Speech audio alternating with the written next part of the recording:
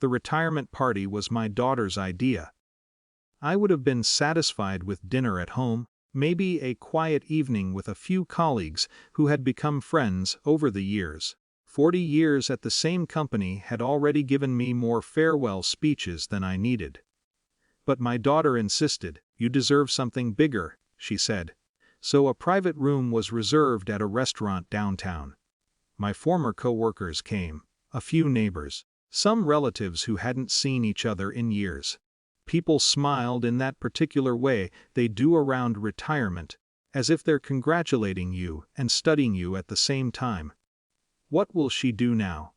I asked myself the same question more than once that evening. For most of my life, the answer to "what next" had always been obvious: work, bills, family needs, school meetings, late night phone calls when someone needed help.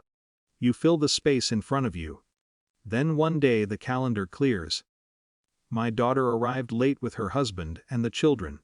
She looked confident, energetic, the way she always had since she built her own life across town. When she hugged me, she said, "Tonight is about you." I believed her. Dinner moved along easily. People shared stories from the office.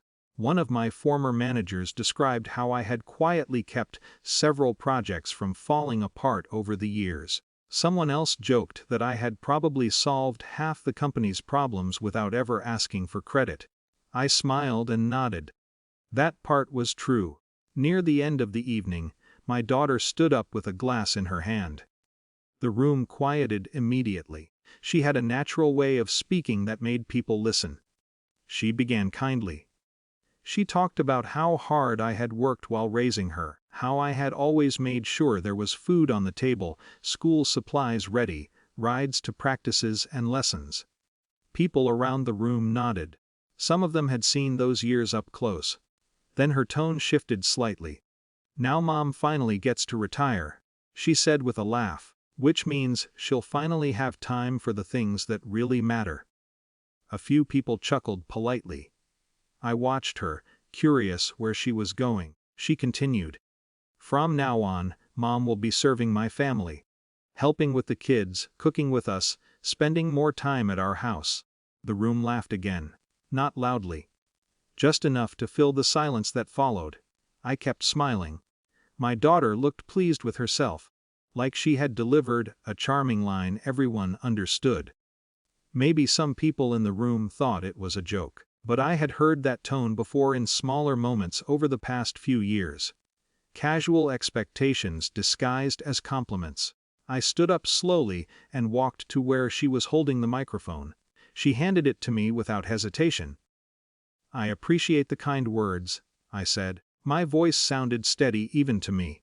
Then I looked at my daughter. "I just want to ask you 2 questions." The room grew quiet again, but in a different way. The first question came easily. "Did you ever ask what I wanted my retirement to look like?" My daughter blinked, surprised. "Well, we just assumed." I nodded gently before she could finish. Then I asked the second question. "Do you believe that support someone gives freely for decades automatically becomes their responsibility forever?" The room didn't laugh this time. My daughter's smile faded quickly, as if she suddenly realized something had shifted that she hadn't intended. "Oh, Mom, I was just joking," she said quickly. "Everyone knows family helps family." I handed the microphone back to her. "I agree," I said calmly. "Family helps family." Then I returned to my seat. The party continued, but the room felt different. People spoke a little more carefully. Conversation stayed lighter. No one mentioned the speech again. When the evening ended, my daughter came over while people were putting on coats. "You're coming back with us, right?" she asked. Her tone sounded normal, but there was something cautious in it now. "I'll meet you later," I said. She frowned slightly but nodded. Outside, the air felt cooler than it had earlier. I walked to my car slowly. During the drive home, I realized something simple that had been sitting quietly in my mind for years. Retirement wasn't just an ending. It was permission.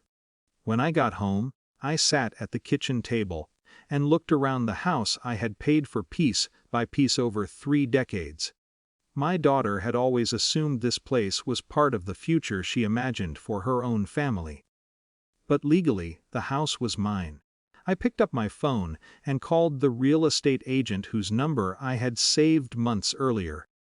There had been a small apartment listed across town, nothing fancy, just enough space for one person.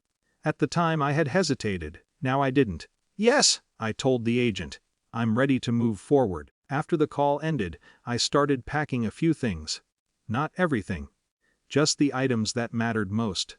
By the time I finished, it was close to midnight. That's when the phone started ringing. My daughter's name appeared first. Then my son-in-law. Then a cousin who had been at the party. I didn't answer. The calls kept coming. Voicemails appeared one after another. Some confused, some apologetic, a few defensive. By morning there had been 40 calls. I listened to a few of them while drinking coffee. Most of them asked the same question. What's going on? A week later, my daughter came over expecting to talk about schedules for the grandchildren. Instead, she found moving boxes stacked near the door. "You're serious?" she asked quietly. "Yes," I said. "Are you upset with me?" I thought about that for a moment. "No," I said. "I'm just making a different plan." She looked around the house slowly, realizing what that meant. The following month I moved into the apartment. The first evening there felt strange. The rooms were quiet in a way that new places always are. But the silence didn't feel heavy, it felt open. For the first time in decades, no one had already decided what the rest of my life would look like, and that felt like the real retirement gift.